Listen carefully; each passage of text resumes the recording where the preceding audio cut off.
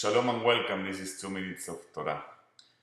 In this week's parasha, Parashat Sheleach Lecha, we find one of the most famous stories of the children of Israel in the wilderness, the story of the spies going to tour the land, the promised land, and the crisis that develops upon their return and upon telling the people that yes, this land seems at first like a wonderful land, but actually it's a very difficult place because it's a land that eats its inhabitants.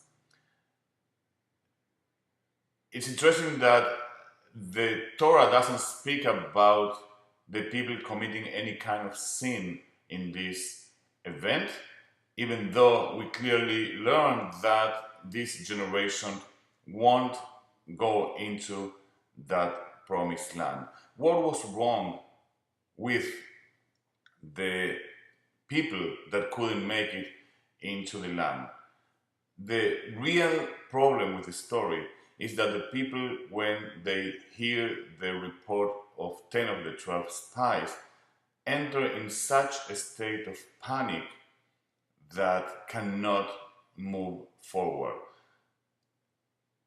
There is no problem in the way I read the story with people being afraid of what's in front of them.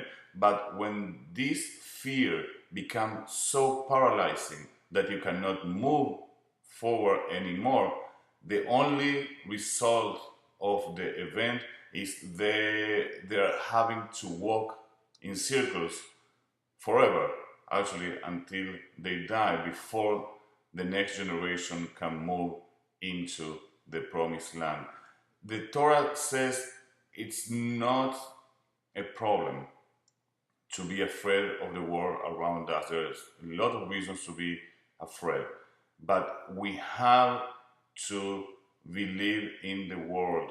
We have to trust in the ultimate goal that we are seeking. We have to, with all our fears, keep moving in our lives towards that promised land, because if we don't, as the children in the desert, as our ancestors suffered in the desert and learned the hard way, the only solution, if not, is just walking around without ever moving out of that paralyzing situation.